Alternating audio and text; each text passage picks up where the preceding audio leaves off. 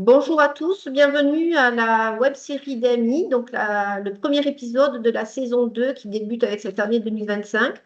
On a lancé l'entrée des participants à la conférence, donc on va laisser le temps à tout le monde de nous rejoindre. Merci. Donc, comme viennent de vous le dire Marion et Cynthia, cet épisode fait l'objet d'un enregistrement qui a déjà démarré.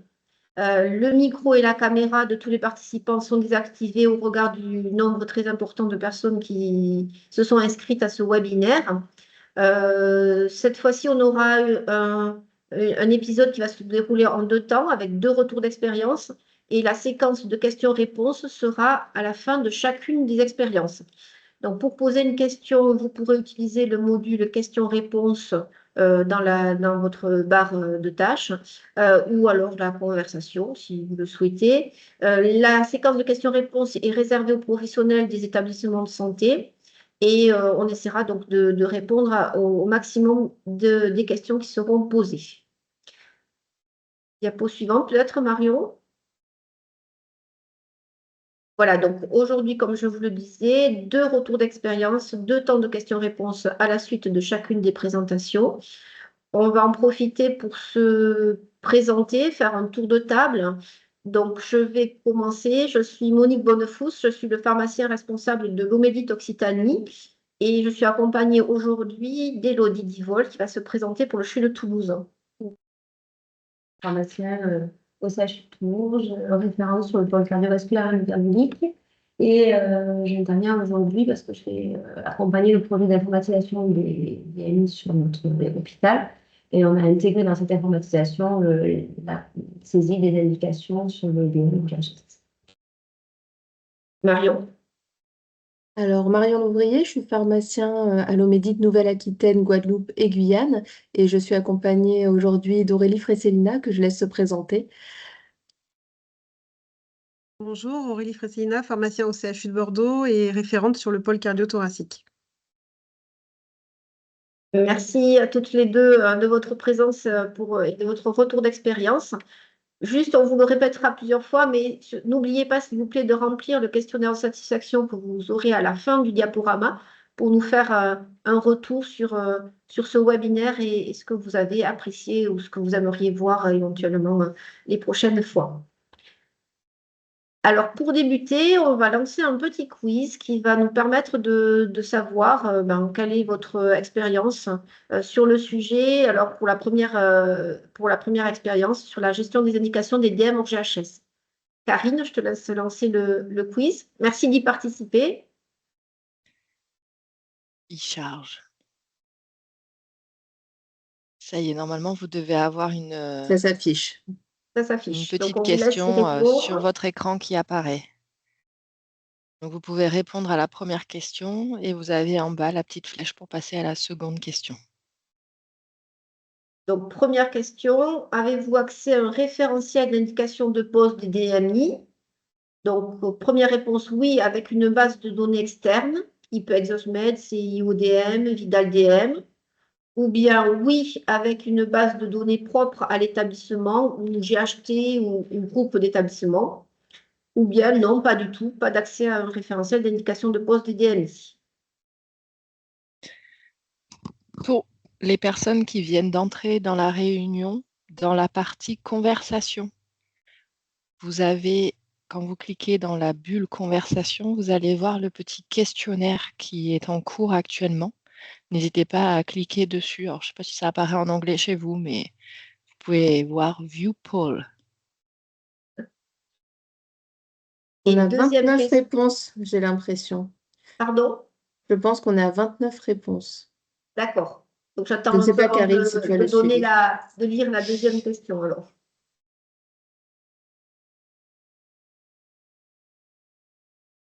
Ça n'apparaît pas partout.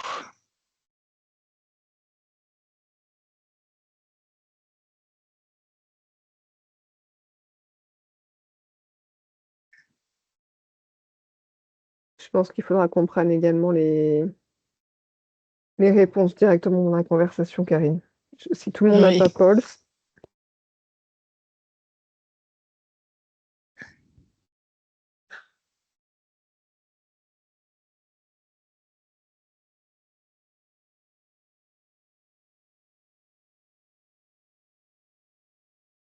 Oui, donc on va essayer de faire une synthèse avec tous ceux qui auront répondu dans la conversation parce que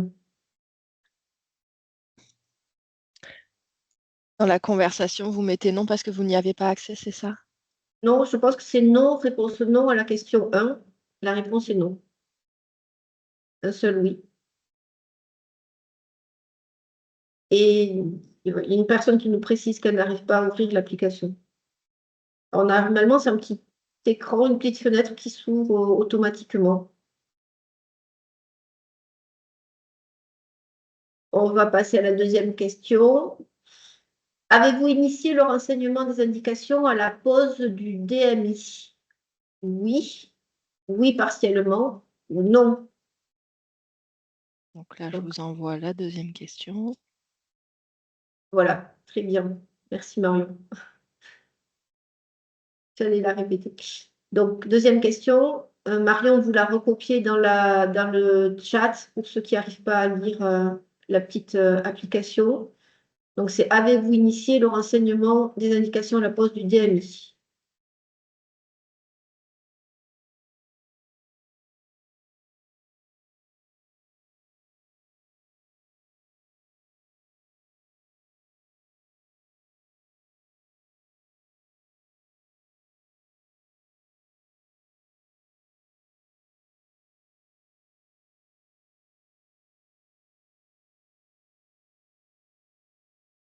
Je ne sais pas si Monique, tu vois les statistiques qui sont sur Non, Pulse déjà. je ne les vois pas, les Euh, statistiques. J'étais en train de compter un peu sur aux mains à la les... bouche Sur ceux qui ont pu répondre par l'application, sur les 29 réponses, il y a 45% qui ont accès aux bases de données externes de type Exosmet, IODM, VidalDM.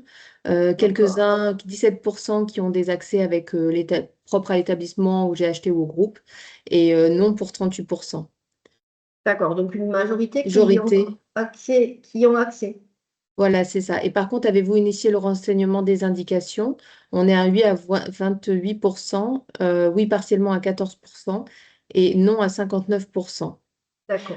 Donc, si Alors, on et on ajoute voit qu'il y les a beaucoup noms, de noms. Voilà, il y a oui, beaucoup de noms après dans les dans commentaires. le chat, il y a une très, très, très grosse majorité de noms. Donc, je pense que les pourcentages de la deuxième question sont très, très favorables et majoritaires au non. Et pour la première question, je pense que le nombre de noms dans le chat doit contrebalancer les oui du questionnaire. Donc, on est sur la première question, on va dire autant de oui que de non sur le référentiel. Et sur l'initiation du recueil des indications, une très grosse majorité de non. Donc, ça nous conforte dans le choix de notre intervenante et on va laisser donc Élodie nous faire part de son expérience au CHU de Toulouse.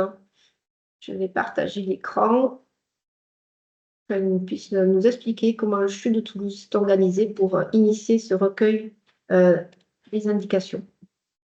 Est-ce que là, vous voyez déjà l'écran, mon écran? Oui, on Oui? voit l'écran. On attend le plein écran là. On repart. Ah, ça y est, c'est bon. Allez, je le passe en C'est bon. diaporama et on va pouvoir commencer. À toi, Élix. Donc, bonjour à tous, merci pour ton invitation. Donc, je vais essayer de vous décrire comment à Toulouse on a mené ce projet conjoint à l'informatisation du circuit du DNI, où on s'est adossé sur ce circuit pour permettre la saisie des indications sur tous les DNO GHS qui sont tracés aujourd'hui dans nos blocs ou salles interventionnelles. Donc, juste pour le contexte, pour un peu avoir une idée du volume, parce que tous les établissements sont différents. Donc, sur Toulouse, on a deux principaux établissements qui sont en Rangueil et Purpan. On a près de 3000 lits, 86 salles de bloc, salles interventionnelles, 80 000 interventions et 85 000 DNI posés par an, avec plus de 55% je crois, en GHS et une grosse disparité entre nos deux sites qu'on a informatisés en deux temps. Le premier, c'était Rangueil qui a 30% du volume, mais 70% du montant financier. Et Purpan qui est venu dans un second temps qu'on a fini d'informatiser en 2024 avec plus de 70% du volume des DMI et également des DMI en GHS. Donc, le système qu'on avait informatique jusque-là, il est décrit dans cette slide. On a un MAP2 qui fait notre gestion économique et financière, je le rappelle, on a notre référentiel produit dans les produits GHS. Copilote qui était notre logiciel qui gérait le magasin, notre logiciel de gestion des patients Pastel, Orbis pour le DPI, et puis nous avions plusieurs logiciels de traçabilité des implants. Donc là, les implants étaient déjà informatisés, la étape de cette traçabilité, mais on avait plusieurs supports, donc un pour les radiologies internationales Accept Explore, un pour les blocs opératoires, et puis un pour tout ce qui était cardiologie internationale. Et donc, rapidement, on a voulu informatiser ce circuit en remplaçant la majorité de nos logiciels par un seul et unique outil. Donc, ce projet, il a commencé en 2019 et cette informatisation, elle avait directement 4 objectifs. Le premier, c'était sécuriser le circuit des DMI. Et le deuxième, que je vous ai mis en gras, c'est y adosser la traçabilité des indications médicales. Et puis d'autres versants plus sur l'informatisation des stocks. Donc, je ne vais pas revenir dessus, ce n'est pas l'objet aujourd'hui. En tout cas, avec ce projet, on a voulu répondre aux exigences du CAQES. Alors, également à l'arrêté, mais à l'époque, il n'était pas encore sorti, l'arrêté de 2021. Donc, on répondait principalement aux exigences du CAQES pour ce qui était des RGHS et puis pour optimiser notre circuit. Donc, on a acheté le logiciel qui s'appelle Copilote, qui permet cette traçabilité, parce que c'était celui qui était déjà dans notre magasin, la PUI, et qui nous a garanti une interopérabilité avec le système d'information que je vous ai présenté jusqu'alors, puisqu'on n'a pas changé notre DPI et on n'a pas changé notre GEF ni notre GAP. Et on a accompagné ce projet avec la présence de préparateurs dans le bloc. Pour schématiser, c'était le circuit qu'on avait auparavant sur cette slide. Donc, ce circuit se découpe en 2 parties. La partie bleue, c'est ce qu'on a dans les salles et les blocs. Et la partie orange, c'est plutôt les étapes côté pharmacie. Le principe étant que chaque bulle est une étape du circuit et on avait essayé de schématiser comme ça les différentes étapes. Et en gris, c'est les outils qu'on utilisait. Et la particularité de ce circuit, c'est qu'il n'y avait aucun chaînage, comme vous voyez, avec ni entre la réception dans le service, elle n'était même pas informatisée, et la pause. Il y avait une déclaration qui était faite par les unités de soins, tel implant sur tel patient, mais sans aucun référentiel contraint en termes de lot ou de numéro de série. Donc, c'était une traçabilité déclarative et pas vraiment sécurisée. Il n'y a pas de lien entre la pause et le renouvellement, et pas de lien non plus entre la pause de DMI et le potentiel, le compte-rendu opératoire des chirurgiens. Donc, l'informatisation, ça nous a permis de construire ce nouveau circuit, schématisé ici, avec des flèches qui permettent de connecter toutes les étapes. Donc ça, c'est le premier élément. Alors, je ne vais pas rentrer dans toutes les étapes du circuit, je vais aller directement sur celle qui nous intéresse aujourd'hui. Mais comme vous voyez dans ce circuit, c'est le même outil, c'est Copilote qui est utilisé donc, dans les blocs opératoires pour faire la réception, la traça et la demande de renouvellement, qui est connecté avec les logiciels côté pharmacie pour permettre de valider ce renouvellement et la commande, la réception en regard et la nouvelle dispensation. Et sur la partie de droite, ce qui nous intéresse aujourd'hui, cette pause, elle permet d'envoyer des informations dans le DPI qui est en mise, donc dans le dossier patient informatisé, la fiche d'information qui reprend l'ensemble des DMI qui ont été posés aux patients. Et également, il y a une connexion par rapport à dès qu'il y a un dispositif hors GHS qui est inventé, avec une proposition de saisie des indications, on va revenir dessus. Donc, c'est ce circuit qui est intéressant, puisque lors de cette pause, les chirurgiens vont pouvoir tracer l'indication. On a rendu cette saisie obligatoire lors de leur compte-rendu opératoire. Je vais vous montrer les écrans juste après, puisqu'on s'est dit que si on ne rendait pas obligatoire, ça n'allait pas être saisi.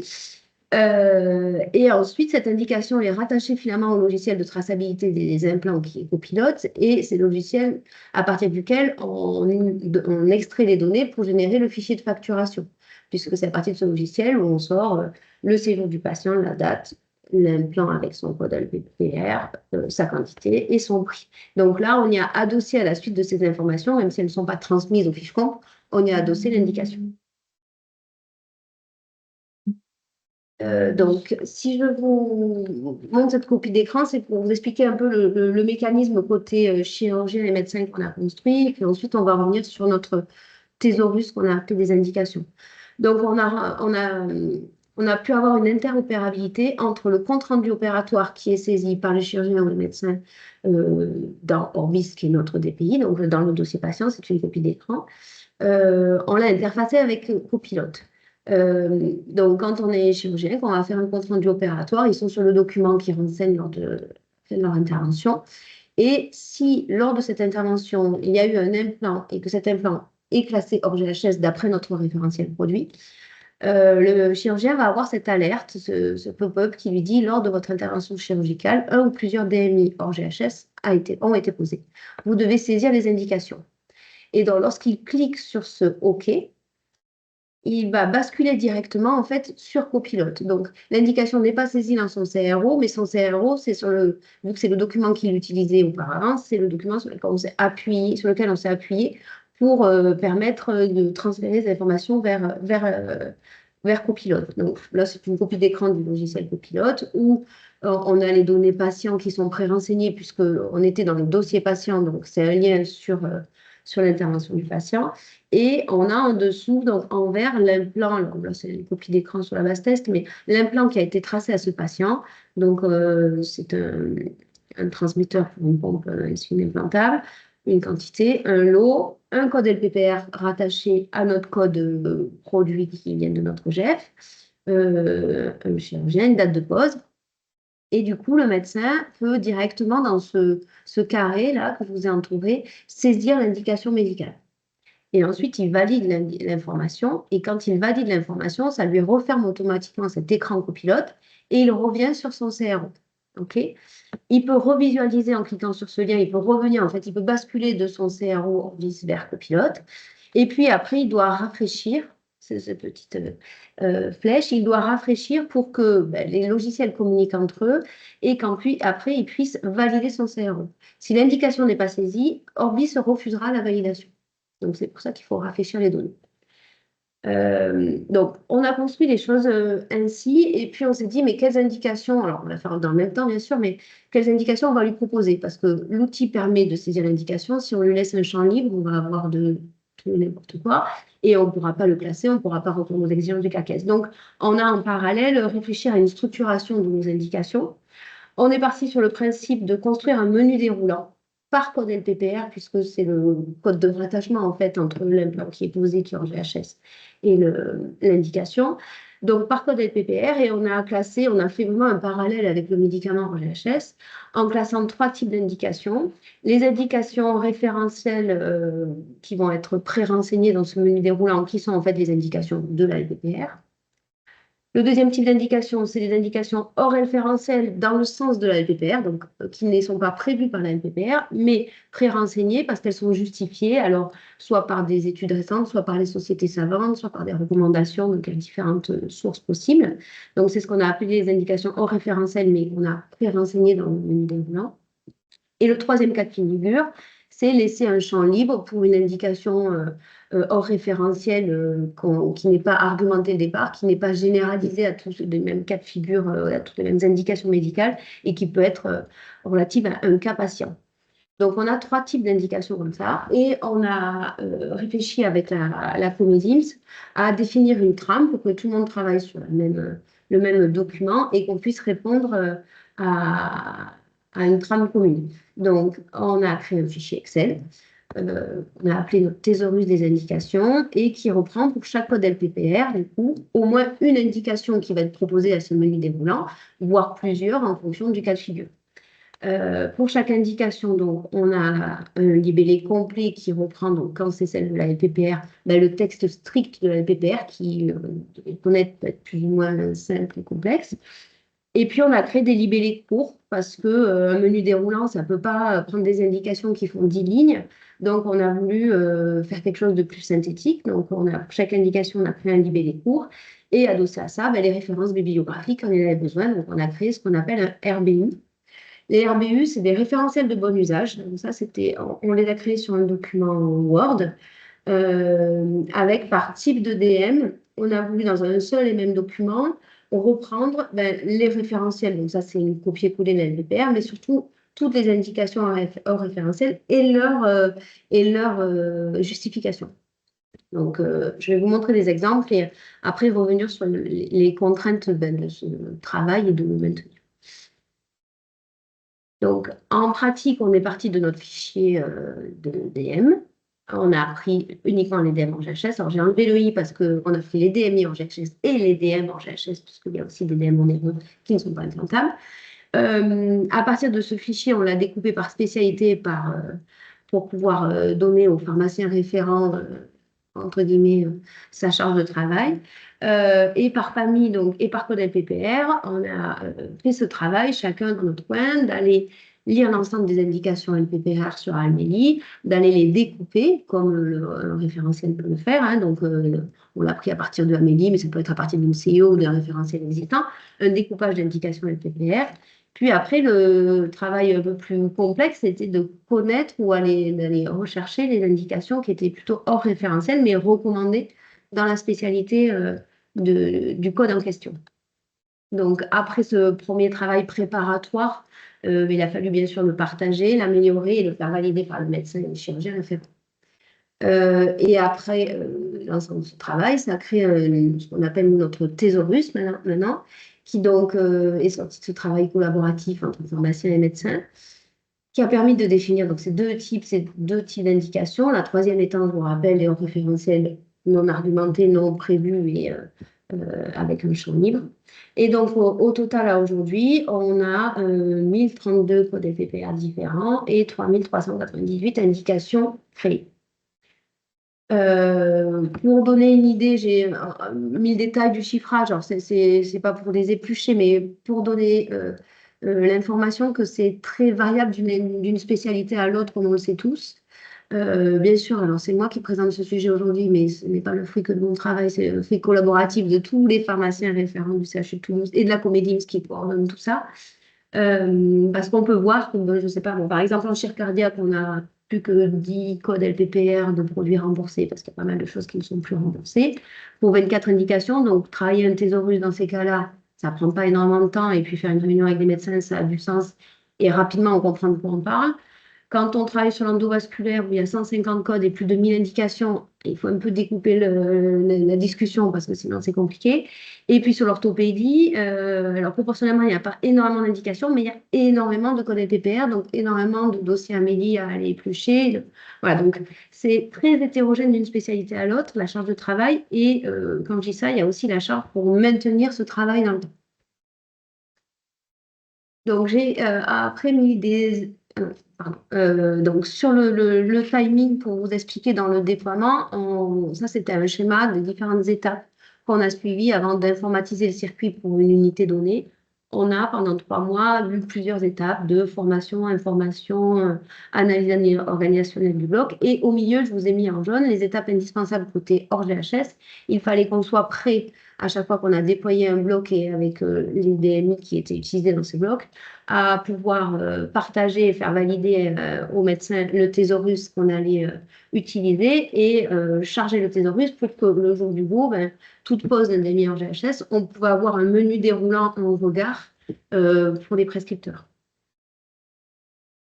Donc, j'ai pris 3 exemples de DM pour vous montrer un petit peu comment on a travaillé. Le premier exemple, c'est un cas assez simple où c'est un implant endocanalaire trachéobronchique, pardon, qui n'a pas d'indication très restrictive, en fait, d'après Amélie. Donc, si on lit son utilisation, son indication, c'est l'utilisation dans le traitement des affections trachéobronchiques. Donc, il n'y a pas de restriction à part la limite d'une unité maximum par canal et sur une voie exocrine ou par conduit. Mais on va dire qu'en termes d'indication médicale, il n'y a pas de restriction particulière. Donc, dans ces cas-là, c'est des dispositifs où dans notre thésaurus, donc ça, c'est une copie d'écran, c'est un seul ligne de tableau que je vous ai mis en deux parce que c'est un peu long, mais dans notre thésaurus, voilà comment il est construit. On a le code sur lequel on se rattache. Donc, le code, là, dans ce cas-là, c'est un code générique et ensuite on met le code individuel par fournisseur de cet implant pour plastie endocanalaire. On a fait une arborescence par spécialité pour nous permettre de travailler spécialité par spécialité. Et puis l'indication longue dont je vous ai parlé, l'indication courte. L'indication longue, c'est, comme vous voyez, quelque chose de peu plus complet. Puis l'indication courte, c'est quelque chose qui a été vu donc, avec le prescripteur, puisqu'il n'y a pas de restriction particulière sur Amélie. Et donc, il utilise ces implants dans les cas de sténose ou d'obstruction des fistules des voies aériennes ou trachéobronchiques. Et ensuite, il y a 3 colonnes dans notre thésaurus qui nous dit est-ce qu'on est dans le référentiel, oui ou non? Est-ce qu'on est LPPR ou pas LPPR? Est-ce qu'on a besoin de faire un RBU, un référentiel de bon usage? Alors, quand on est dans la LPPR, non, et quand on n'est pas dans la LPPR, on doit le faire. Et après, quel est le nombre d'indications qu'on met au choix des fournisseurs? Pas des fournisseurs, des médecins. Et donc, dans ce cas-là, c'est le cas le plus simple. Il y a une indication, le remboursement est très large, il n'y a pas de restriction. Donc, on va juste coller cette indication courte et ils n'ont qu'un choix finalement. Le deuxième cas de figure, c'est un exemple avec, de la s'ouvrir, sur des microspires. Donc, j'ai pris l'exemple des coils où leur thésaurus a été, pas leur thésaurus, leur condition de remboursement a été revue il n'y a pas très longtemps. Il y a eu toute l'arborescence de toutes les microspires, de tous les coils qui ont été revus dans la modélisation artérielle. Et si on regarde le JO, on voit les indications de prise en charge sont les suivantes. Et là, par contre, en termes d'indications, c'est un peu plus complexe, on en a un peu plus. Et donc, on a tous les codes LPPR qui se rattachent, qui ont tous en commun ces mêmes indications. Dans ce cas de figure, du coup, de bêtises pour ne pas fermer mon diaporama, voilà. On a créé notre thésaurus, et comme vous voyez, donc, beaucoup plus complexe parce qu'il y a un nombre d'indications dans ce menu déroulant plus complet. Et donc, pour ce code LPPR, les microspires de chez Cook, en endovasculaire, je vous ai mis un zoom sur le tableau des indications. On a les indications longues qui peuvent être des fois assez simples, mais des fois qui peuvent être, comme je vous disais, sur, je ne sais pas comment on dit, une hémorragie d'origine vasculaire. On a un texte, un pavé assez important. Et donc, on a traduit ça dans une indication courte, mais qu'il faut partager, bien sûr, avec les médecins, parce que derrière l'hémorragie d'origine vasculaire, il faut qu'ils sachent qu'il y ait toutes ces consignes et ces restrictions potentiellement. Et donc, finalement, au menu déroulant, les médecins vont voir, je vous ai mis la copie d'écran, sur copilote, s'ils passent de leur CRO vers copilote pour aller voir leur dossier pour remplir leurs indications, sur ce coil, en fait, ils vont avoir un menu déroulant et ça apparaît comme ça. Tout ce qui est référentiel, donc LPPR, on a REF qui apparaît en avant et en début de champ. Et donc, le médecin va aller choisir entre anévrisme, embolisation, hémoptysie, hémorragie. Et donc, vous voyez qu'un champ complet de la LPPR ne rentrerait pas dans ce menu déroulant où là, on a déjà une dizaine d'indications au choix. On laisse toujours la possibilité d'une indication hors référentiel qui est libre. Hein, donc, cette indication, elle y est systématiquement. Le logiciel nous permet aussi, nous donne aussi d'autres informations. Donc, on a un petit i information ici qui est, si on clique dessus, on voit l'indication complète. Donc, ils ont un menu déroulant avec les indications courtes, mais s'ils veulent aller chercher l'indication complète, donc ce fameux libellé long, il est disponible dans l'information. Et ensuite, il y a un petit crayon qui est commentaire qui ouvre une fenêtre où là, c'est un champ totalement libre où le médecin peut aller compléter ces informations. Donc, généralement, dans le référentiel, il ne complète pas. Mais pour le hors référentiel libre, ce champ est obligatoire à renseigner, puisque du coup, il faut qu'il ait justifié son indication. Et vous voyez juste en dessous, alors c'est un peu petit, il y a aussi un lien vers un argumentaire. Et donc, on peut mettre le lien en dur vers notre RBU ou vers une recommandation bibliographique. Et si on le met en dur derrière un libellé d'indication, à chaque fois que le médecin va cliquer sur cette indication, dans le dossier patient, on remontera cet argumentaire. Donc, on répond complètement aux exigences du CAQES avec ce lien. Donc, le troisième exemple, c'est un dispositif qui a plusieurs indications LPPR, mais aussi des indications hors LPPR, mais recommandées d'après les recommandations donc là, c'est un stimulateur de rythmologie. Donc, de la même manière, je vous ai fait une copie d'écran sur Amélie de ce stimulateur VDD. Il est indiqué, donc il a une seule indication sur Amélie, dans le bloc auriculo-ventriculaire symptomatique, ne nécessitant qu'une stimulation ventriculaire permanente et intermittente, et lorsque la fonction sinusale est normale et prédominante, etc. Donc, ça détaille le type de bloc auriculo-ventriculaire, mais il n'y a que cette indication. Et dans le thésaurus qu'on a travaillé avec les rythmologues, on a fait un thésaurus avec 3 indications au choix. Donc, la première partie, c'est la description du dispositif. La deuxième, donc, où vous avez les indications. La première, c'est l'indication du bloc auriculo-ventriculaire selon Amélie, donc avec le texte complet qu'on a résumé en bloc auriculo-ventriculaire symptomatique documenté, qui est donc dans le référentiel. Et puis, on a mis au menu deux autres indications qui sont selon eux des indications d'usage et qu'on a justifiées avec leurs recommandations, qui sont la syncope et le trouble conductif prouvé par exploration électrophysiologique. Donc, en effet, c'est hors référentiel de la LPP, mais argumenté selon le référentiel de rythmologie. Et donc, pour vous montrer un exemple de CRBU, je vous une copie ici. Donc, ce RBU, c'est un document dont la trame est tirée d'une proposition de Pharmat au départ, qu'on avait travaillé en 2018, qu'on avait commencé à travailler en 2018. Donc, les RBU, ils sont en plusieurs parties. Donc, une première partie qui reprend l'indication de la LPPR, donc toutes les indications de prise en charge, toutes les conditions de prise en charge, donc l'indication, mais aussi des modalités. Donc, ça, c'est du copier-coller de la LPPR, rien de compliqué. Il y a un item sur les exclusions potentielles, parce qu'il peut y avoir des exclusions dans la LPPR. C'est une indication qui ne donne pas être le choix du patient, ou d'exclusion des âges, ou des exclusions de ce type, qui ne sont pas des indications, mais plutôt des exclusions.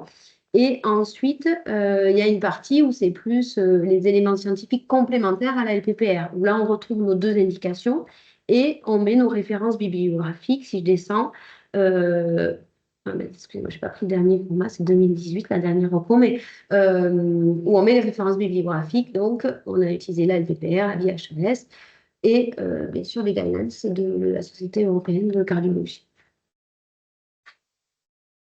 Donc, ça, c'est les RBU. Alors, on est parti très, très motivé en 2018. Je préfère le dire honnêtement, on n'a plus aucun RBU qui est à jour aujourd'hui parce que c'est très, très lourd à maintenir. Donc, on s'astreint à avoir un référentiel qui est complet, utilisable, que les médecins aient un menu déroulant. Derrière, on a des références bibliographiques, mais par contre, les documents RBU stricts où on recopie la LPP, on recopie nos référentiels, on a du mal à les maintenir et on a un gros travail pour les reprendre. Alors, on risque de faire un travail pour les simplifier parce que finalement, il faut qu'on arrive dans le temps à maintenir ces RBU. Mais le thésaurus, bien sûr, il est maintenu. Donc, je reviens sur notre calendrier de déploiement parce que du coup, comme on l'a fait en deux phases, on a eu un premier retour des équipes médicales avant de déployer notre deuxième hôpital. Donc, on a fait le déploiement de l'informatisation du circuit des implants en 2019 sur Rangueil, avec une grosse phase préparatoire, 10 mois de déploiement. Okay. Et puis après, on a eu un bon moment d'arrêt en lien avec 2020-2021, les années Covid, et puis des difficultés de redémarrer le projet avec les RH qu'on demandait. Et donc, ce projet s'est vu finalisé entre 2023 et 2024. On a fini le déploiement en mai de cette année 2024. Donc, dans cette deuxième phase, on est venu faire des spé différentes finalement de la première, parce que les spécialités sur Rangueil et sur Papa ne sont pas les mêmes. Et donc, lors du premier déploiement, on a forcément créé nos thésaurus, partagé avec les médecins, on les a formés à copilote pour qu'ils saisissent ces indications. Et donc, on a eu des premiers retours. Et côté pharmaceutique également. Donc, je vous ai mis là une petite synthèse des retours. Alors, c'était très variable selon les spécialités. On a eu d'abord la demande assez logique que cette indication ne soit pas que dans le copilote, mais revienne en texte dans le compte-rendu opératoire, puisque leur compte-rendu opératoire, ils le remplissent. Et ils trouvaient ça logique que le champ de l'indication qui sélectionnait et le DMI reviennent s'intégrer dans leur CRE. Bon, autant vous dire deux logiciels qui se parlent, on arrive à passer de l'un à l'autre, mais à intégrer, on n'a pas réussi à intégrer les données saisies dans le copilote, à les intégrer dans leur CRE. Ça, on n'y est pas arrivé. Mais bon, c'était assez logique et légitime comme demande. Il y en a qui ont demandé à ce qu'on saisisse ces indications pour tous les DMI, pas que le RGHS. Donc ça, tout de suite, on a dit non, parce que ça voudrait dire thésaurus, ça voudrait dire indication, ça voudrait dire... Bon, il n'y en a pas beaucoup qui ont demandé ça. Ensuite, on nous a proposé de commercialiser notre thésaurus. Donc ça, c'était... on n'a pas fait, mais c'était plusieurs fois en nous. Et bon, quand même, là, je l'ai mis en chute, mais la principale problématique, c'était quand même globalement une réticence des médecins, parce que même si on a essayé de créer un système, j'ai mis 4 clics, mais globalement, c'est ça. Ils ont l'alerte, ils passent sur copilote, ils prennent l'indication dans un menu, ils valident et ils reviennent à leur CRO. Donc, en 4 clics, ils peuvent aller chez leurs indications.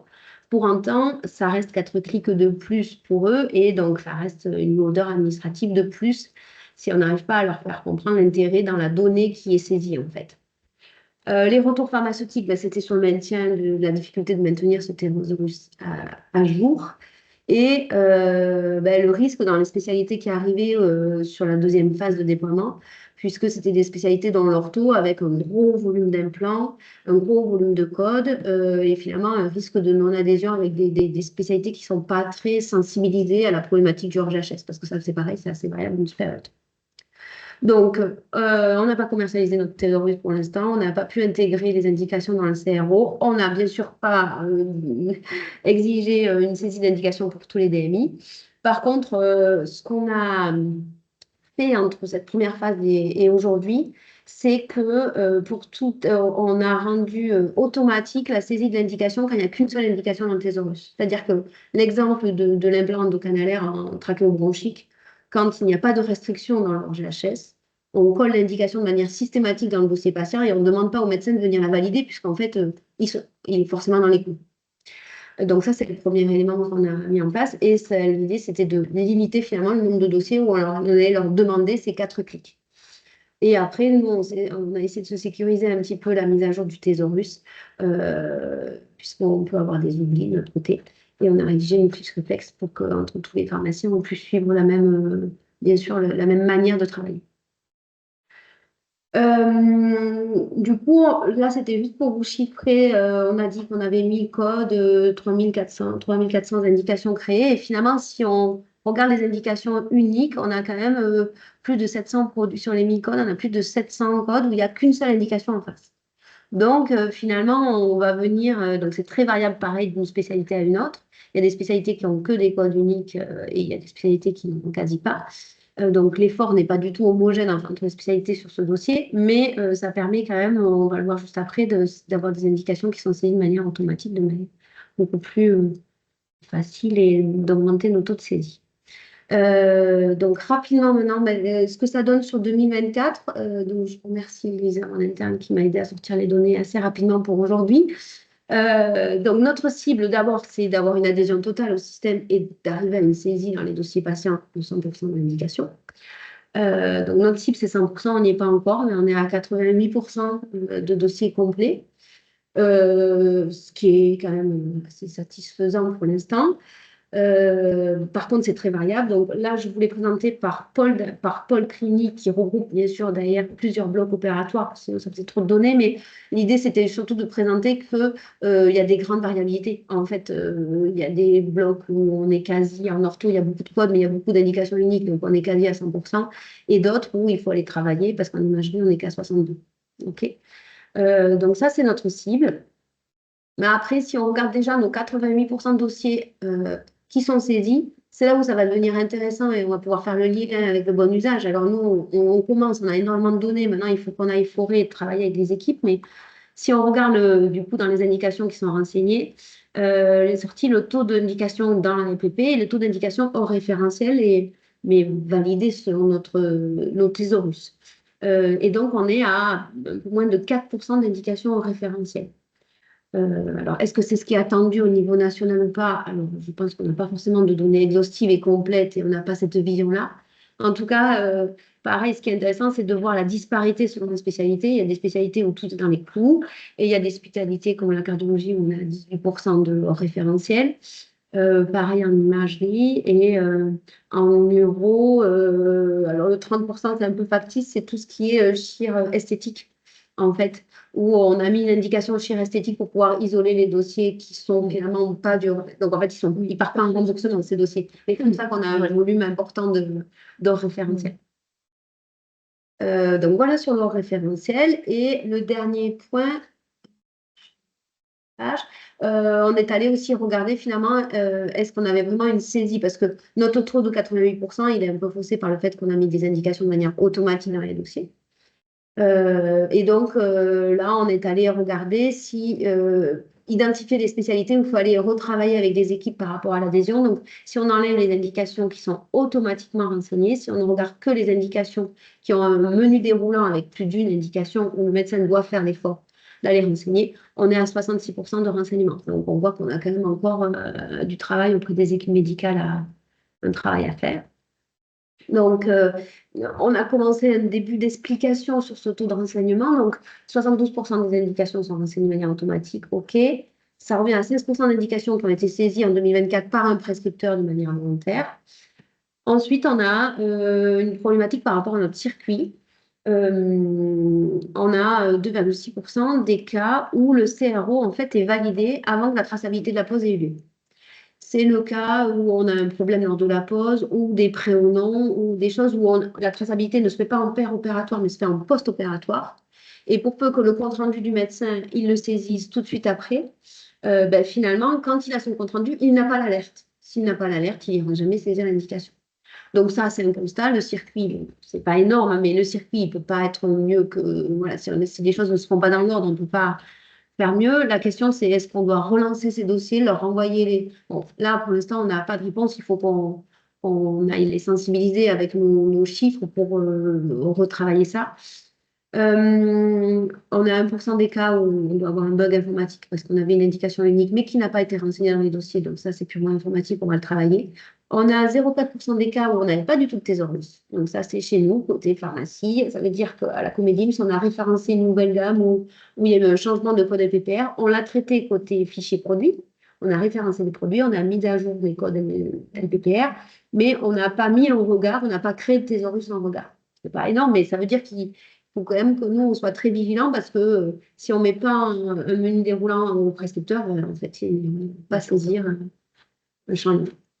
Et donc, il reste 8% des cas où les médecins ne se sont pas mobilisés, n'ont pas saisi, alors qu'ils, pour le reste, fonctionnaient. Voilà, donc notre étape maintenant, c'est d'abord, je pense, d'aller analyser finalement les données qui sont saisies pour que ça ait du sens et qu'on aille retourner, on retourne voir les chirurgiens avec des résultats, en fait. Parce que leur dire juste, vous n'avez pas saisi dans tant de pourcentage, je pense que ce n'est pas ça qui aura un intérêt. Il faut qu'ils sachent que ces informations sont requêtables, qu'ils peuvent aussi les utiliser, parce que ça peut être intéressant pour eux de connaître les indications d'usage, pour voilà, amener cette discussion et améliorer l'adhésion à notre dispositif. Côté pharmaceutique, ben, c'est bien sûr être hyper vigilant à maintenir notre thésaurus. On va retravailler nos RVU en essayant d'alléger, donc en disant que ce qui est indispensable, c'est d'avoir les référentiels sur lesquels on s'appuie pour justifier des indications hors référentiel, quoi, d'avoir les recommandations ou les bibliographies sur lesquelles on s'appuie.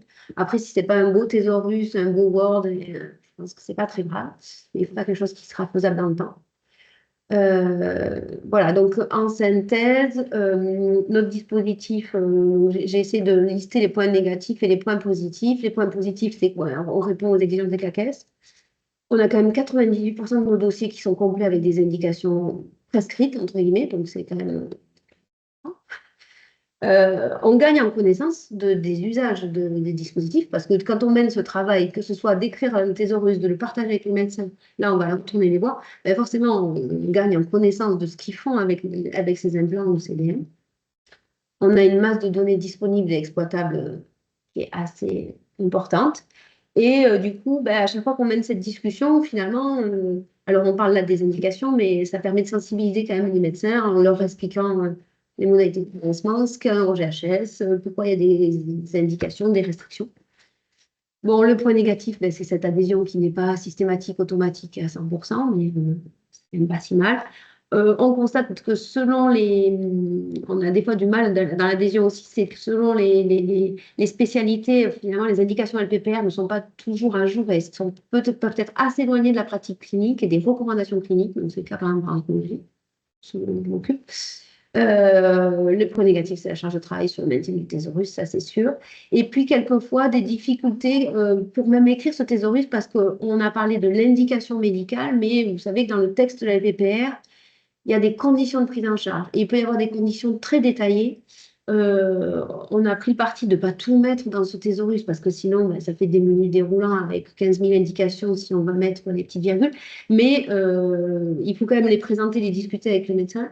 Voilà, mais en tout cas, elles ne se retrouvent pas de manière stricte dans le dossier. Voilà, quelques références classiques d'usage pour arriver à travailler ce thésaurus. Et fini ma présentation. Merci beaucoup, Elodie, pour cet exposé, cette présentation très, très claire, hein.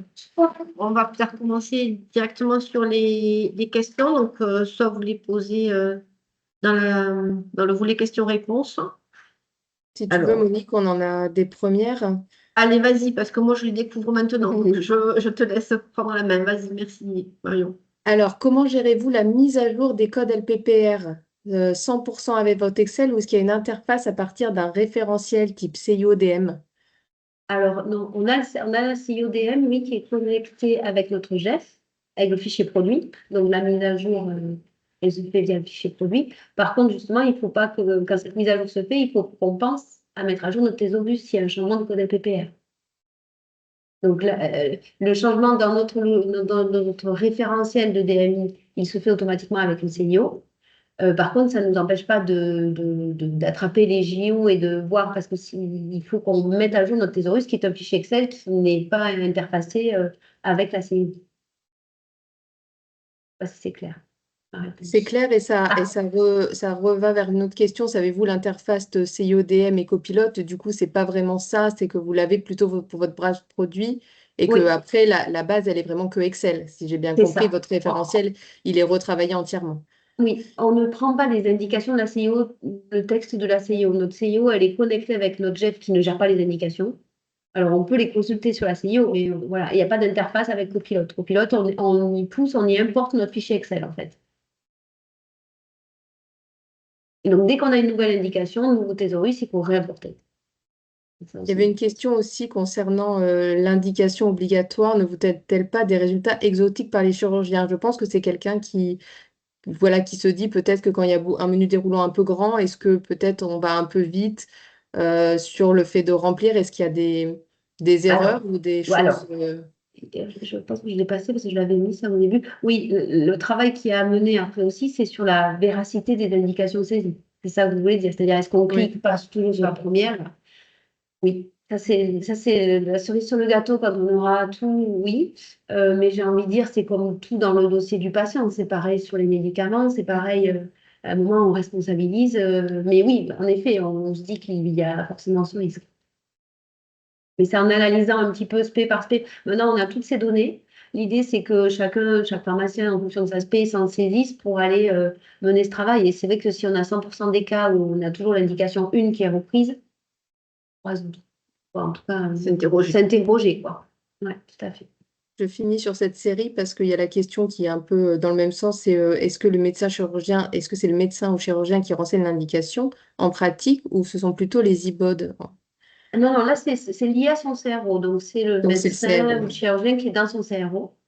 Le seul cas qu'on a c'est les médecins et chirurgiens qui ne saisissent pas leur CRO, qui le dictent. On a construit un truc, voilà, mais en fait, il y en a, ils ne touchent pas à Orbis concrètement. Ils dictent et c'est la secrétaire qui va saisir le CRO. Donc, il est possible que ce soit mais bon, c'est à lui de donner l'information à la secrétaire sur quoi elle doit cliquer, quoi. Voilà. Mais ce n'est pas du tout les IBOD, parce que du coup, ce n'est pas dans le temps opératoire. Alors, pour poursuivre, qui a fait tout ce travail et le temps nécessaire pour tout faire? Je pense qu'il y a beaucoup de gens qui se posent la question. C'est un énorme travail que vous avez mené là.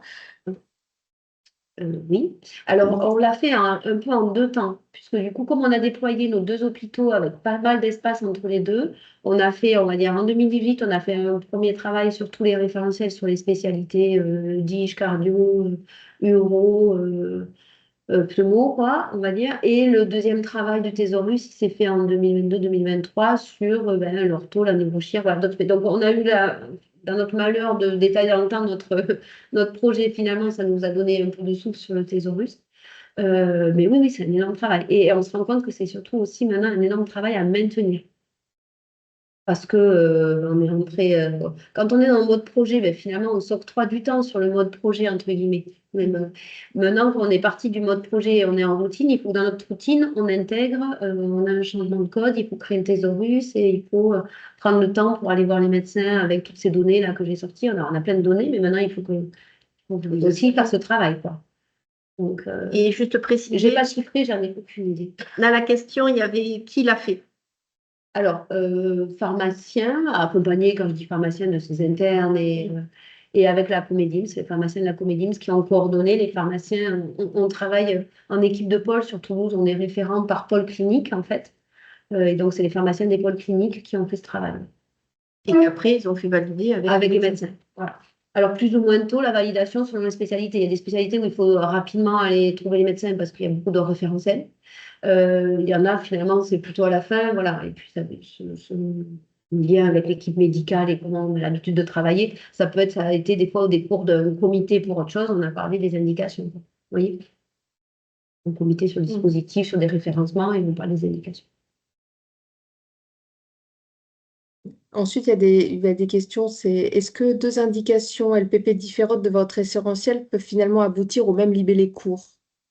Alors oui, et même déjà pour tout ce qui est code générique, où on a plusieurs codes par fournisseur, forcément ils ont tous les mêmes indications puisque c'est rattaché au code générique. Et après, oui, il peut tout à fait avoir plusieurs codes sur les stimulateurs cardiaques, sur des conduits, ils ont plusieurs codes parce qu'ils ont des codes en nom de marque, mais finalement ils ont les mêmes indications derrière. Donc oui, on peut avoir des libellés pas courts, mais c'était pas ça la question. Non, C'est plus non, 2 par indications rapport au nom. LPP. oui, parce que c'est 2 indications d'LPP différentes. Donc, Oui, deux pardon. indications différentes. Est-ce qu'elles peuvent avoir le même libellé court? Alors, peut-être, mais pas dans le même menu déroulant. C'est-à-dire, dans la proposition du menu déroulant, on ne peut pas avoir une confusion, on ne peut pas avoir 2 fois la même indication. Mais par contre, elle peut avoir des conditions derrière qui sont rattachées à son implant. C'est ça que, oui. Je n'ai pas fait le contrôle, mais peut-être, oui. Oui, peut-être. Pour un même. Mais pas pour un même code. Non, Voilà, pas pour un même code. Ah non, pas pour un même code. Mais entre 2 codes différents, oui, c'est possible. Donc la saisie de l'indication, elle est faite une fois par patient ou pour chaque implant? Alors oui, je n'ai pas détaillé ça. Elle est faite.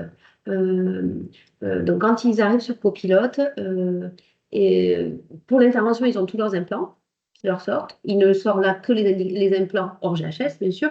Les autres sont effacés. Et sur ces implants hors GHS, ils se rangent par code LPPR. Donc si on en a plusieurs du même code LPPR, ils peuvent saisir par implant ou ils peuvent saisir à l'étage du code LPPR. Parce que je donne l'exemple, il y a 10 coils par exemple, qui ont tous le même code.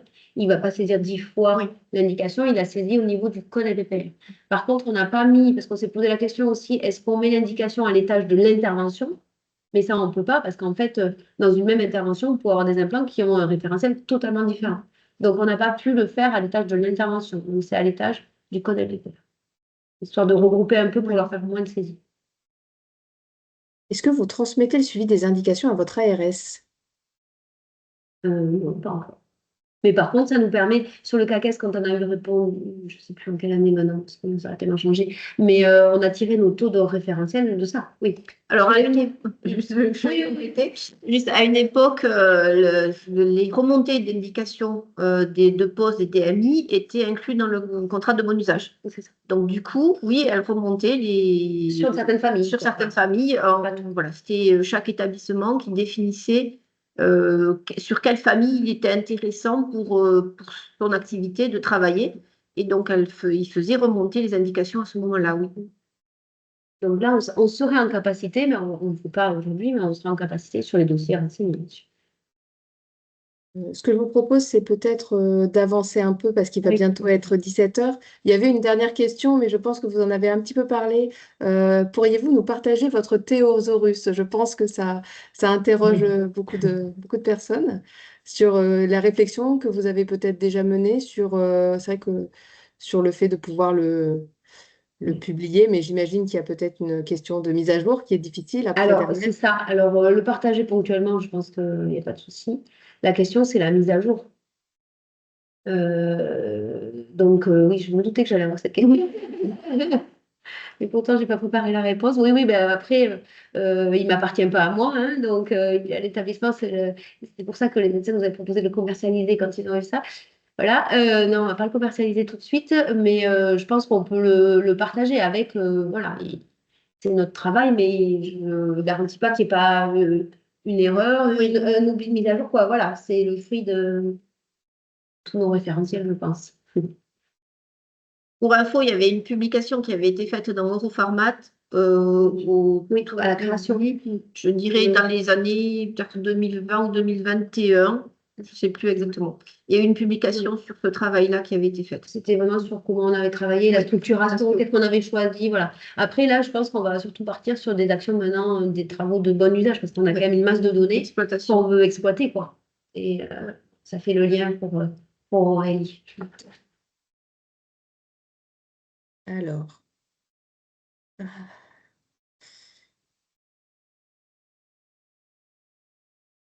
Alors, J'ai perdu mon affichage, mais peut-être qu'on va. Merci beaucoup.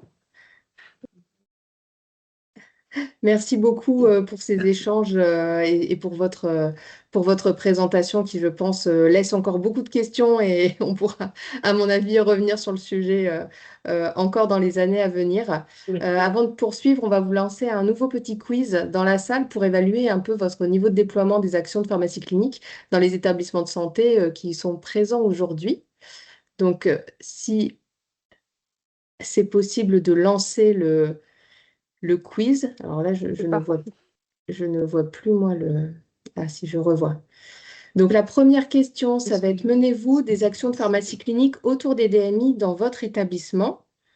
Donc, oui ou non. Donc, question simple. Et si oui, pouvez-vous nous préciser sur quel type de DMI?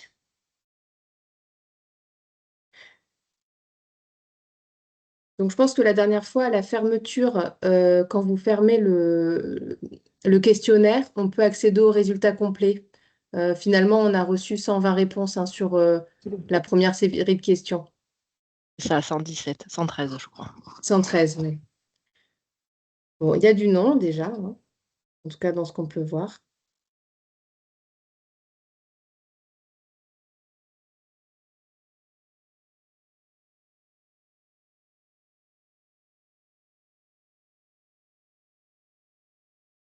On va laisser quelques minutes.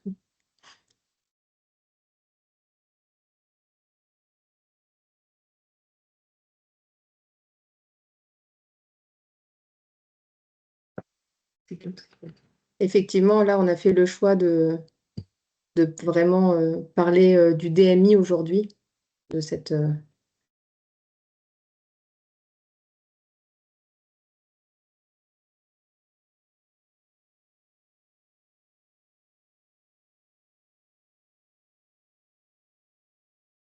Est-ce que je peux regarder, tu penses, on a 77 réponses, c'est ça pour l'instant? Je peux peut-être Oui, regarder avec ce que ça 88% donne. de non. Avec 88% de non et 12% de oui. Et dans le nuage de mots, on a pickline, pickline, midline, les valves hydrocéphalie, VNS thérapie,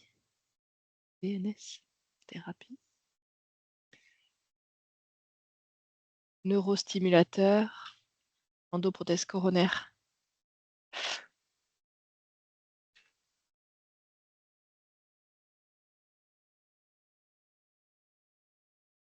et dans les commentaires, on a des entretiens pharmaceutiques post-angioplastie également.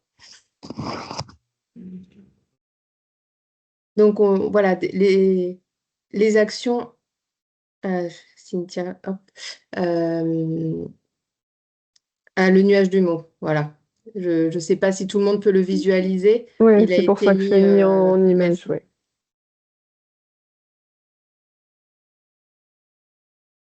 Donc, bon, sans grande surprise, beaucoup d'établissements n'ont pas encore pleinement déployé les actions de pharmacie clinique autour des DMI. On est vraiment au début. Néanmoins, c'est vraiment des actions qui, même si elles sont à la marge, représentent vraiment un levier important pour améliorer la prise en charge du patient.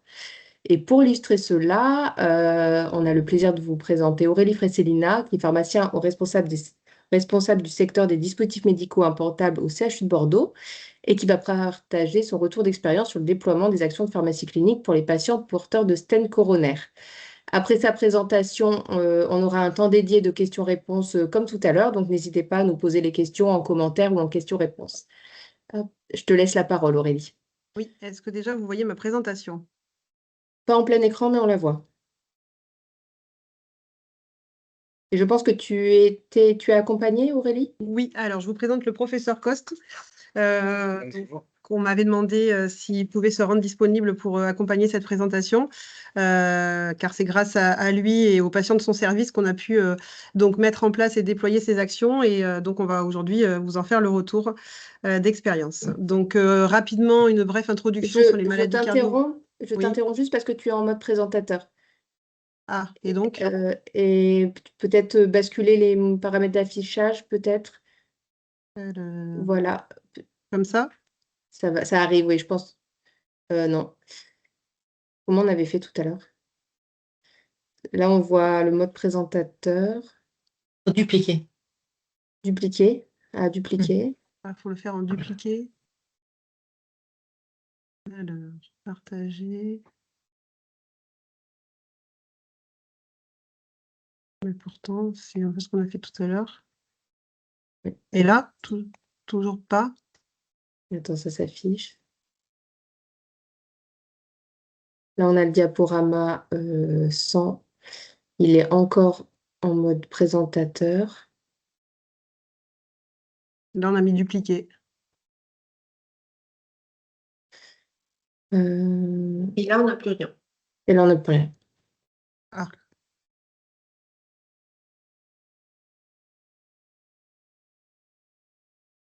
Là, c'est problématique. En changeant le partage, par contre, quand vous repartagez. Ouais, ou sinon, Marion, si tu l'as, tu le partages et puis je Hop, je fais ça t'indique tout les de suite. diapositives. Ouais, je pense qu'en fait, Ça fait perdre moins de temps à tout le monde. ça ira plus vite. Hop.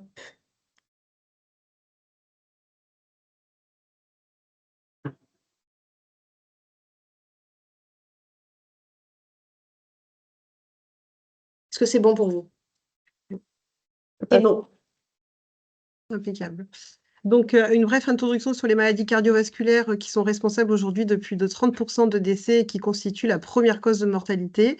Et donc, en France, cette première cause de mortalité chez la femme est la deuxième chez l'homme, avec un quota de 80 000 infarctus du myocarde recensés chaque année et qui représente donc un enjeu de santé majeur.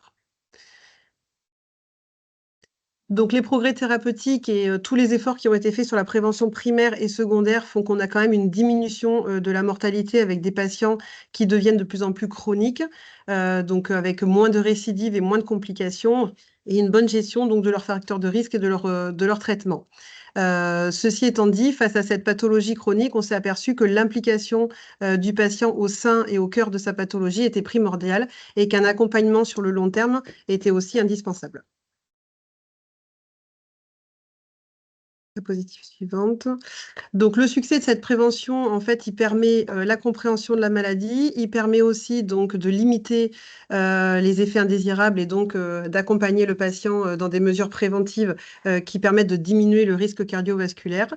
Et cet accompagnement, en fait, il s'est principalement, on va dire, interrogé sur l'éducation thérapeutique et sa place essentielle dans le parcours de soins du patient. Donc, à titre personnel, au sein de mon service, j'ai eu la chance d'avoir un docteur junior, Anaïs Edgougan, qui a fait sa thèse et ce travail donc, que je présente aujourd'hui, qui ont permis de développer petit à petit et d'intégrer le pharmacien clinicien dans un service de soins et donc de permettre de faire des entretiens pharmaceutiques sur le dispositif médical. Et puis en faisant beaucoup de bibliographie et de points, et comme on l'a vu sur la question que vous avez posée à tout le monde, en fait, il y a peu de travaux qui sont faits sur le dispositif médical qui sont plus avancés sur le médicament.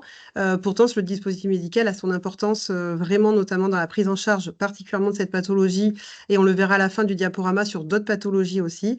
Et le dispositif médical est bien sûr associé à un traitement médicamenteux. Donc, il y a vraiment un gros travail d'éducation thérapeutique à faire sur un versant et sur l'autre versant. Donc, les objectifs de cette étude, ça a été d'améliorer les connaissances du patient dans la mise en place d'entretiens pharmaceutiques pour avoir une meilleure compréhension de la pathologie et de la prise en charge, et bien sûr d'en évaluer l'intérêt pour le patient de ces entretiens et de recenser leurs attentes. Le deuxième objectif, ça a été d'augmenter le temps de présence pharmaceutique en service de soins. Donc, comme je l'ai dit, hein, aujourd'hui, les services de soins très sous-dotés en pharmaciens et donc d'impliquer le pharmacien clinicien dans les staffs médicaux et aussi dans l'accompagnement donc, de la prise en charge des patients. Donc la mise en place, elle s'est faite bien évidemment grâce à l'aide des médecins hein, et donc des cardiologues. Donc c'est pour ça que le professeur Coste est là aujourd'hui. Il nous a permis donc d'intégrer l'ensemble de ces patients dans l'étude.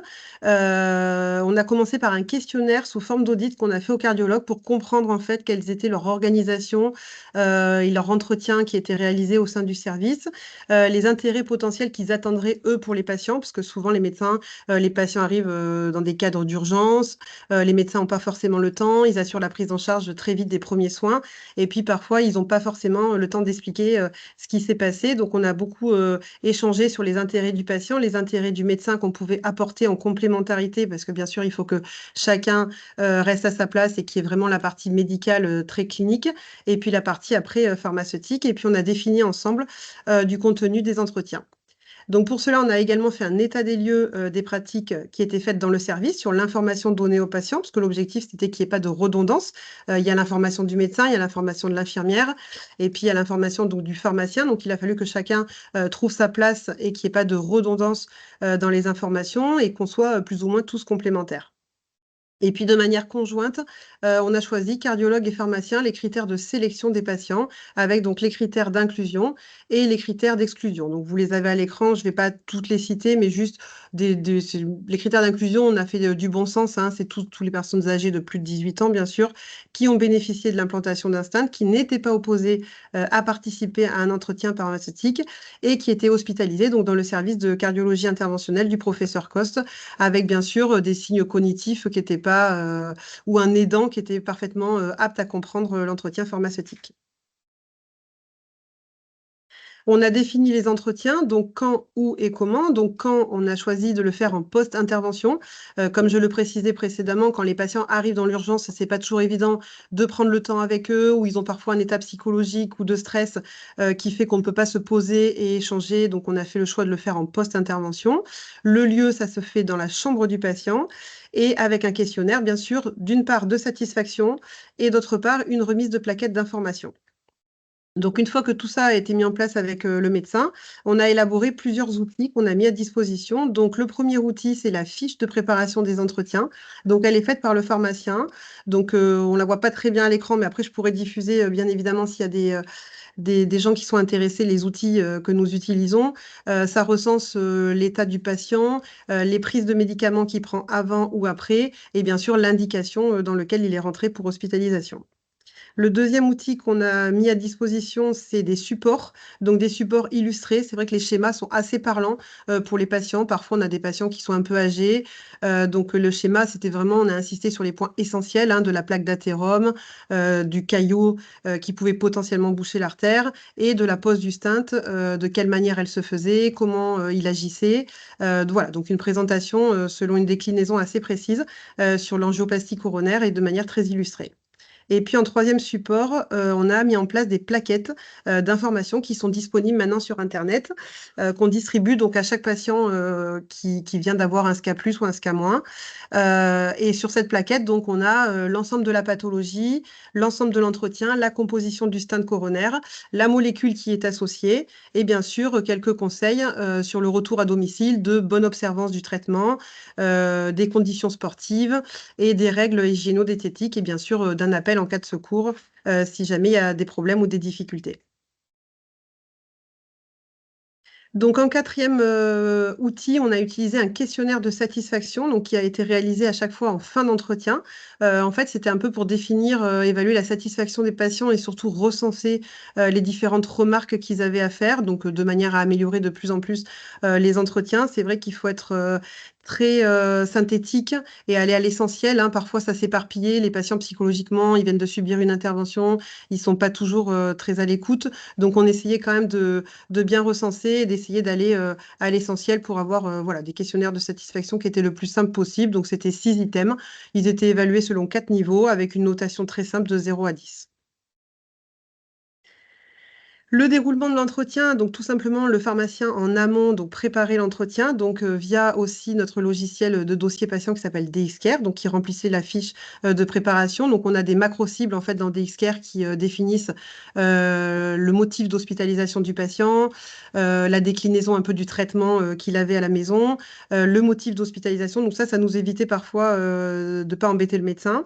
Et puis, donc on remplissait cette fiche de préparation et on allait faire l'entretien donc du patient en post-intervention, donc en lui présentant les différents supports illustrés qu'on a vus tout à l'heure. Les entretiens sont assez interactifs, hein, soit avec l'aidant, soit avec le patient. Donc il y a un échange, on prend en compte les différentes questions qu'ils ont en tout cas sur le DMI en lui-même, hein. Souvent, ils ont quand même l'interrogation de se dire, on m'a mis un corps étranger dans l'organisme, est-ce qu'il va rester, est-ce qu'il va partir, pourquoi il est là, qu'est-ce qu'il va jouer comme rôle, etc. Donc on a beaucoup échangé autour du stent. On leur remet bien sûr la plaquette d'information et on leur fait le questionnaire de satisfaction. Enfin, on assure une traçabilité dans le dossier patient DXCare, donc de notre intervention pharmaceutique qui permet donc lors des questionnements CAQES de recenser le nombre d'interventions pharmaceutiques qu'on a fait et qui permet tout simplement de tracer l'entretien. Donc, en ce qui concerne la mise en place de ces entretiens, on a évalué aussi un entretien de suivi téléphonique en fait à 1 mois pour voir la pertinence en fait et la performance en fait de la connaissance en fait des patients sur l'entretien qui avait été fait pour déterminer aussi leur niveau de connaissance. Et en fait, on a effectué un comparatif. On a fait donc un groupe contrôle et un groupe patient qui a eu des stents coronaires pour voir en fait si on avait un apport et une plus-value vraiment dans la connaissance de ces questionnaires de satisfaction. Donc, on a 10 questions qui ont été notées sur 10 points. Et pareil, donc chaque question abordait les points essentiels. Donc, on va pouvoir en voir les résultats. Donc au total, dans cette étude, en fait, on a recensé donc 63 patients qui ont pu bénéficier donc d'entretiens pharmaceutiques dans le service du professeur Coste sur la période du 17 mai 2022 au 17 juillet 2023. Donc les entretiens ont été réalisés environ 2 jours après l'intervention, donc en moyenne, une durée moyenne de 41 minutes, donc un peu long, moi, à mon sens.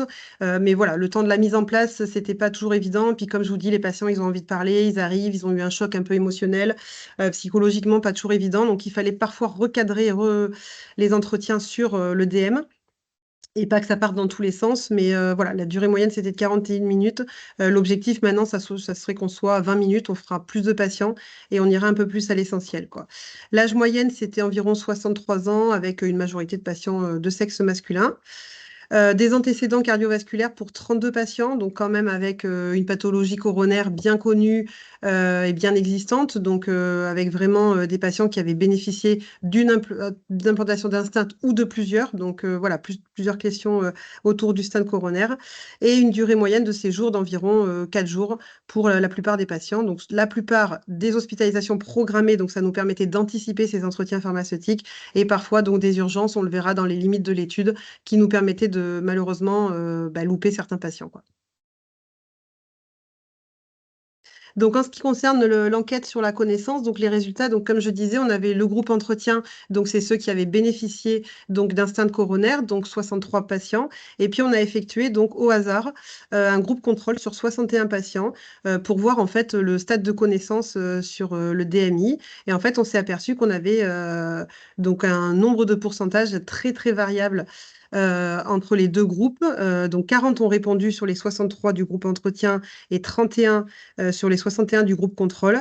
Et on s'est aperçu qu'en ce qui concerne le score moyen de connaissance, on avait quand même 82% de points de connaissance en fait pour les patients en groupe entretien versus 60 points sur les patients du groupe contrôle. Donc quand même qui nous montrait un pourcentage de connaissance très faible sur le stent coronaire pour les patients du groupe contrôle.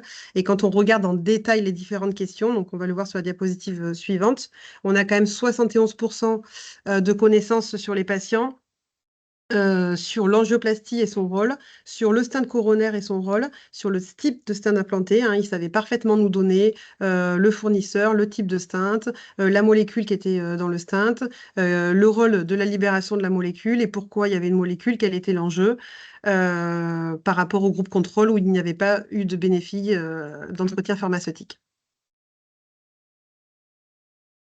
En ce qui concerne les résultats de l'enquête de satisfaction, tous les patients vus en entretien ont répondu au questionnaire de satisfaction. Donc là, on a eu 100% des réponses, avec 88% d'entre eux qui étaient satisfaits, avec une moyenne de 9,6 sur 10. Donc quand on regarde la déclinaison des différents items, on s'aperçoit que souvent, en ce qui concerne l'accueil, la durée de l'entretien, la clarté des explications, la connaissance acquise, voilà, une majeure partie des patients étaient quand même contents de la qualité des documents qui étaient présentés également et qu'on répondait à 89% quand même de leurs interrogations, donc ce qui n'est pas négligeable. Si on discute quand même des limites de cette étude, 6% donc de patients vus en entretien n'ont pas été vus, pour la simple et unique raison qu'on a manqué de temps pharmaceutique, hein, c'est toujours le même problème, hein, donc là, j'ai eu la chance d'avoir un docteur junior sur cette période, comme je disais, qui a fait sa thèse, une com orale, un article, et qui s'est bien impliqué dans le service du professeur Coste. Malheureusement, on n'a pas de pérennité sur la ressource humaine, donc on a parfois des contraintes organisationnelles avec le service, même si on aimerait bien quand même faire perdurer cette activité. Donc c'est une nouvelle activité aussi qui s'ajoute aux missions actuelles des internes. Donc il faut aussi réussir à le placer dans l'organisation courante. Les durées moyennes de séjour des patients sont très courtes, donc c'est ce que je précisais tout à l'heure. Si on ne capture pas les patients, souvent les urgences ont passé à côté, hein. C'est souvent les patients hospitalisés et programmés qu'on arrivait à voir, parce que souvent sur l'angioplastie coronaire, les DMS sont courtes. L'entretien a été réalisé en milieu d'après-midi parce que c'est le moment où le patient a moins de soins, c'est le moment où le patient est plus à l'écoute, c'est le moment où le patient est plus calme. Au niveau de la pharmacie, c'est aussi le moment où l'interne a le moins d'activité. Donc, on s'est plutôt centré avec les médecins sur on va dire, en milieu d'après-midi, début d'après-midi. Sauf que parfois, des patients sortent en début d'après-midi ou en fin de matinée. Donc, on loupait aussi des patients. Et que parfois, la date de sortie n'était pas renseignée. Donc, quand on arrivait, le patient était déjà parti ou transférés dans un autre centre. Donc tout ça, malheureusement, ce sont des patients qui nous ont échappé dans l'étude et qui sont des paramètres de limite d'étude. Sur le suivi téléphonique, on a aussi des limites d'étude, bien sûr, hein. Il y a des patients qui n'ont pas répondu pour des raisons tout simplement de non... Enfin, il y en a qui ne voulaient pas, hein, donc de non-volonté. Il y en a qui avaient repris leur activité professionnelle. Il y en a qui n'avaient pas le temps. On a fait ça aussi sur une période estivale, donc des patients qui étaient partis en vacances. Des patients qui avaient oublié, qui étaient un peu dans le refus ou dans le déni. Donc voilà, ça n'a pas toujours été très facile, ces suivis téléphoniques. Et puis, on a essayé une autre méthode qu'on se dit peut-être potentiellement, ce serait par mail. Donc pour les sujets qui sont un peu plus jeunes, qui ont dit que eux, c'était plus facile pour eux de répondre par mail. Comme ça, ils répondaient quand ils avaient envie et quand ils avaient le temps. Et que ça leur permettait voilà, de mieux gérer les questions et de ne pas courir après, bien sûr, les patients par téléphone. Bien sûr, j'insiste sur le fait que voilà, il faut persévérer et rester positif. Je pense que les résultats montrent quand même que les patients sont en demande, que c'est bénéfique pour les patients et que le choix de moments de l'entretien est assez stratégique, hein, ce post-intervention. Je pense qu'on l'a discuté plusieurs fois. C'est important pour avoir vraiment le patient le plus à l'écoute, le plus calme possible, car souvent ils subissent un choc un peu psychologique. Donc c'est vrai que c'est important de choisir correctement le moment de l'entretien. On le verra pour les futurs DMI, c'est un peu pareil. Je pense qu'il faut le choix de l'entretien, c'est assez stratégique pour bien faire passer les mots-clés et la pertinence de l'entretien, quoi. L'impact des entretiens et la satisfaction des patients, on a vu que ce questionnaire de connaissances, il est important aussi, hein, parce qu'il y avait quand même finalement à un mois une bonne connaissance globale et de la pathologie et du DMI et du suivi observant sans médicaments. Que les objectifs avaient été atteints, hein, que finalement on avait quand même souligné l'intérêt et la satisfaction des patients et que le pharmacien était très impliqué dans le service. On est aujourd'hui convié aux staffs médicaux le mardi matin et le jeudi matin. Voilà, on est assez impliqué dans le service et on souhaite développer la pharmacie clinique dans le domaine du DM pour répondre déjà à la législation en vigueur et puis en plus pour permettre vraiment de faire une équipe pluridisciplinaire autour de ces dispositifs médicaux implantables. On a mis en exergue le rôle important du pharmacien donc dans les services de soins et sa place essentielle dans le parcours de soins chroniques, notamment dans la prévention sur le patient pour les réhospitalisations ou les complications. Enfin, nos perspectives, c'est d'augmenter ce temps pharmaceutique donc, dans les services, hein, donc, soit par des internes, soit par des externes, en dédiant des jours fixes ou des demi-journées, d'intégrer cette activité dans la routine de la fiche de poste de l'interne, parce que comme je disais, vu que là c'est une présentation de résultats d'études, jusqu'à maintenant c'était ajouté à la fiche de poste de l'interne, donc on aimerait bien l'intégrer totalement dans sa fiche de poste. Ajouter bien sûr une intervention pharmaceutique en réadaptation cardiaque, ça permet de revoir les patients et de manière plus calme que parfois en service d'hospitalisation ou en post-intervention. Et puis là, on échange avec les médecins sur potentiellement des hôpitaux de jour où pareil, on aurait donc la journée entière pour aller voir le patient quand on veut et avoir plus le temps de faire ces entretiens pharmaceutiques. Autre perspective, c'est d'améliorer la synchronisation avec nos collègues du médicament, parce qu'en fait, ça existe déjà depuis un petit moment, hein, ce qu'on appelle les entretiens basiques, où nos pharmaciens du médicament donc, vont également dans ce service faire les entretiens. On aimerait bien mutualiser, faire des entretiens groupés. Déjà, c'est mieux, je pense, pour le patient, parce qu'en fait, à un moment donné, il ne sait plus qui vient le voir, qui lui a dit quoi, comment. Donc, en fait, ça permettrait de mutualiser les informations, d'avoir une communication quotidienne et d'avoir des entretiens voilà, qui seraient groupés, et, à mon sens, un peu plus pertinents. Et enfin, c'est d'améliorer la communication avec l'équipe soignante, avec bien sûr l'intégration et la présentation de la pharmacie au sein de l'équipe. Et comme je le précisais, donc l'intégration de notre participation aux staffs médicaux le mardi et le jeudi. Dans les perspectives, on a l'expansion de cette activité. Donc, les médecins nous ont proposé d'intégrer ces entretiens pharmaceutiques dans des ateliers collectifs qui peuvent. En fait, ça se passe en service de réadaptation cardiaque. Donc, c'est ce que je précisais. Hein, les patients ont beaucoup plus de temps, sont beaucoup plus posés, ils ont beaucoup plus de recul parce qu'en fait, ils viennent un peu plus a posteriori en fait de leur intervention. Donc, ils sont un peu plus. Ils ont digéré l'intervention, ils sont un peu plus calmes. Et en fait, ce serait une table ronde sous forme d'atelier avec un ou plusieurs patients où on échangerait autour de leur expérience et surtout autour du DM. Et puis récemment, on a été sollicité par les chirurgiens cardiaques pour étendre en fait ces entretiens pharmaceutiques aux valves cardiaques. Donc, on va rencontrer prochainement l'équipe du programme ETP cardio sur les valves cardiaques ainsi que le chef de service pour pouvoir définir le contenu des entretiens comme on l'a fait sur la cardiologie interventionnelle. En conclusion, donc, je rappelle que cette pathologie quand même a une forte prévalence dans les maladies cardiovasculaires et que ça devient aujourd'hui une maladie chronique avec un enjeu majeur en santé publique. Hein. Donc, on l'a dit, l'information du patient et l'accompagnement a une place vraiment essentielle dans son parcours de soins. Il y a une grande inégalité d'accès au programme d'éducation thérapeutique et particulièrement sur le dispositif médical. Donc, je pense que c'est important qu'on insiste sur ce secteur et qu'on vraiment y annexe le rôle important du pharmacien dans les services de soins. Et ce, donc, pour tous les dispositifs médicaux implantables. Et on va le voir sur la slide suivante, que c'est important de ne pas rester que sur le dispositif médical implantable. Et je tiens donc à souligner les activités qui sont faites au sein de mon service avec tous les ensembles de mes PH de l'équipe sur d'autres en fait éducations thérapeutiques sur le dispositif médical, notamment la validation de la thérapeutique par pression négative, la validation nominative des dispensations des capteurs de glucose, des protocolisations d'ordonnances de sortie qui sont faites donc sur le matériel d'aide à la vie en lien avec notre cellule informatique. Des plaquettes d'informations qui sont déjà existantes sur le CIRSPHER ou le ThéraSPHER. Et enfin, on est sollicité aussi par nos chirurgiens du cardiovasculaire pour faire des entretiens patients sur les endoprothèses aortiques. Donc, on voit quand même que ça se développe de plus en plus, qu'on est quand même de plus en plus sollicité, qu'il y a beaucoup de choses qui ne sont pas que, comme je le dis, sur le DMI, qui sont aussi sur le DM ou des DM qui sont très sensibles et qui méritent vraiment de l'implication pharmaceutique dans les services de soins pour éviter un mésusage. Le seul problématique, c'est qu'on manque de ressources humaines. Voilà, je vous remercie pour votre attention et avec le professeur Coste, on est à votre disposition pour répondre aux questions sur cette étude.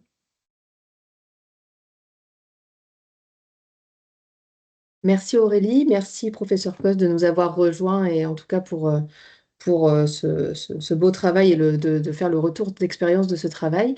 Alors on va reprendre un petit peu les questions. Bon, déjà, il y a des gens qui sont intéressés par vos fiches d'entretien pharmaceutique, donc à voir de votre côté ce que vous pouvez mutualiser ou non. Est-ce que vous utilisez une cotation des actes quand vous faites des entretiens pharmaceutiques? Vous avez commencé à réfléchir à ça? Ouais. Alors, à ce jour, on n'a pas de cotation dédiée, par contre, on le trace. Par contre, oui, c'est quelque chose qui est en discussion pour valoriser en fait cette activité. Oui, on est encore au début sur les Ouais. cotations SFPC, c'est en train de se mettre en place. Se mettre C'est en vrai place que doucement, ouais. c'est pas très facile d'adapter le médicament au DM de façon directe, mais il y a des travaux d'Europharmat qui sont en cours là-dessus. À combien estimez-vous le temps? Donc ça, tu en as parlé, mais il Ouais. parle de préparation de l'entretien, réalisation, puis rédaction du compte-rendu, c'est-à-dire pas limité uniquement à l'entretien. Alors, l'interne ou l'assistante, en fait, elle préparait la fiche le matin ou avant l'entretien. Donc, elle remplissait, c'est ce que je disais, via notre logiciel de traçabilité patient DXCare, le début de l'entretien. Elle regardait en fait ce que le patient avait eu pour voilà, savoir aussi, comme je dis, il y a des patients qui sont très fragiles psychologiquement, des patients qui sont mieux, des patients qui sont jeunes, des patients qui sont âgés. En fait, il fallait un peu s'adapter à tout ça. Donc, elle regardait dans un premier temps tout le contexte en fait, pour remplir la préparation et préparer l'entretien. Et le compte-rendu, elle le faisait donc a posteriori, donc en moyenne, je ne sais pas, ça dépend des patients. Il y a des patients où ça allait plus vite que d'autres, mais en moyenne, ça peut des fois, je pense qu'elle rassemblait en fait l'ensemble des patients, mais ça peut être une demi-journée, oui, pour tous les Est-ce, patients, quoi. est-ce que c'est fait dans le cadre d'un programme d'ETP qui serait validé par l'ARS? Je ne crois pas. Non, pas chez nous. Mais par contre, c'était votre Non. perspective Alors, peut-être. nous, on a fait la formation ETP. Mais par contre, dans les perspectives, oui, c'est ce qu'on a demandé, même via le CAQES, mais pour l'instant, il n'y a pas de. C'est pas dans le cadre du programme d'éducation, non.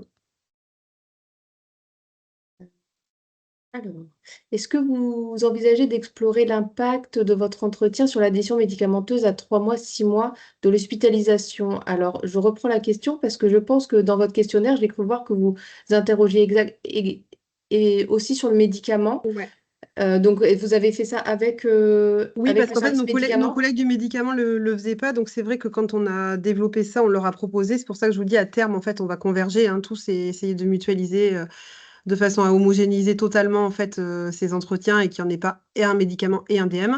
Mais effectivement, on leur a posé la question à un mois de leur observance, de l'adhésion médicamenteuse, parce qu'en fait, on s'aperçoit quand même que ça dévie beaucoup sur le médicament. En fait, c'est vrai qu'on essaie des fois de rester sur le dispositif médical implantable, mais en fait, à chaque fois, c'est avec ce médicament. Donc, en fait, potentiellement, oui, à 3 mois et 6 mois, peut-être qu'un appel téléphonique. Alors après, je sais que les médecins les revoient, donc peut-être qu'ils en rediscutent. Je ne sais pas, Monsieur Coste. Oui, enfin, je pense que c'est important de coupler le DM et aux médicaments parce que globalement, les patients. Moi, ce qui m'a paru assez excitant dans cette aventure, c'est qu'il n'y a pas beaucoup de médecins qui prennent le temps d'expliquer aux patients ce qu'on leur met dans le corps, comment ça marche, les produits éventuellement qu'il y a dessus, ce qui n'est pas très important, mais au moins simplement l'aspect mécanique et les petits schémas qu'on a fait très simples. Ben ça nous a paru assez intéressant de développer ça. Et effectivement, l'aspect médicamenteux, ça permet aussi de monter probablement l'adhésion parce que les gens comprennent pas pourquoi ils ont eu un stent et en plus, il faut qu'ils prennent des médicaments. Donc, dans cette conversation, dans cet entretien, on explique finalement assez bien aux patients qu'il y a vraiment la partie importante qui est le médicament, que le stent, c'est finalement un palliatif pour traiter une lésion, mais que ça fait important. Donc, je pense que c'est. Après, je dirais, si on doit continuer l'adhésion et tout ça, il va falloir qu'on se mettre une cohorte un peu plus grande parce que là, on a une expérience, on va dire, pilote ou préliminaire. Il faudrait qu'on puisse faire quand même au minimum 200 ou 300 patients pour commencer à travailler parce que là c'est un peu trop petit. Mm. Et donc avec un projet effectivement de mutualiser avec l'équipe médicaments pour vraiment arriver à un entretien complet autour du patient sur sa prise en charge. Est-ce que vous avez une application de type MyCHU? J'imagine que c'est les applications qui permettent de mettre des questionnaires ou autres qui pourraient permettre d'envoyer la satisfaction. Non, pas à ma connaissance. Non. On travaille encore de manière archaïque. Alors, ensuite, on a une question réglementaire qui justifie le développement de ces activités. Quelle est la référence réglementaire qui Justifiant le développement de cette activité. Ah, oui, on Dans l'a mis. l'arrêt TPUI Ouais, dans l'arrêt TPUI. Et Vous puis, avez il y a le TPUI rétex aussi. Il y a le et rétex le aussi rétex du 8 décembre 2021. 2021, ouais. 2021. Et la cotation, ben non, on a répondu tout à l'heure. Effectivement, par contre, Ouais. s'il y avait une cotation, il y aurait une valorisation, ça j'en suis bien d'accord. Il y aurait une recette annexée et une recette pharmaceutique, c'est un peu ce qu'on recherche aussi nous, qui pourrait potentiellement voilà, valoriser déjà l'activité et en plus nous payer des postes, mais à ce jour, c'est pas du tout le cas, quoi. En tout cas, vous tracez tout ce que vous faites pour Oui. pouvoir vraiment, votre activité, vous pouvez faire un bilan complet de ce qui Mm. est fait et avec l'avantage d'avoir cet impact patient que vous mesurez à chaque fois avec vos entretiens derrière. Donc, il n'y a plus de questions. Je crois qu'il n'y en a pas dans les questions-réponses. Alors, il n'y en a pas dans les questions-réponses, Marion. Par contre, je pense il y avait deux questions. Il ne me semble pas qu'on avait passé sur la Ah, première intervention. Les deux premières, notamment celle sur le déversement de l'indication de la fiche d'implant dans le DPI. Et que je dise pas bêtise, il me semblait qu'il y avait aussi quelque chose via le DMP, mais je ne la retrouve plus. ah oui, l'indication. Alors, on va repartir, désolé, dans les indications. On passe un peu de tout à tout. L'indication arrive par la suite dans votre fiche d'implant qui est envoyée dans le DPI. Est-ce que ça passe par la fiche d'implant, en fait? C'est ça, Non, je pense, un c'est peu deux la messages question. différents. C'est que dans le CRO. Voilà. La fiche d'implant, c'est pour tous les implants, c'est pas que les RGHS. Donc, c'est une fiche qu'on remet au patient qui va dans son DPI, mais qui est un A4 qui doit lui être remis à sa sortie. Et l'indication, elle est en lien avec le CRO, mais non, elle ne va pas dans la fiche d'implant pour le patient. Non. Et après, la question sur le fiche comp, le fiche comp a fait avec partie de copilote, oui. Donc, les données sont issues du copilote, oui. Et quel est le lien entre le DPI et copilote dans l'interface? La question, c'est comment le lien est fait avec le numéro séjour patient. Ah oui, le lien, oui, la clé, c'est le numéro de séjour du patient. Ce qui d'ailleurs nous pose des fois des couacs quand il a plusieurs interventions au lieu de même séjour. Ben, s'il y a plusieurs CRO, ça demande au chirurgien, s'il a eu deux interventions, une, je sais pas moi, de chirurgie cardiaque et derrière une ligne, ça demande au premier chirurgien qui se connecte pour faire un CRO, ça lui propose le même plan qui a été posé en fait. C'est pas discriminant sur la spécialité, parce que le seul critère de rapprochement, c'est le l'IEP, ouais, le numéro de séjour du patient. Donc,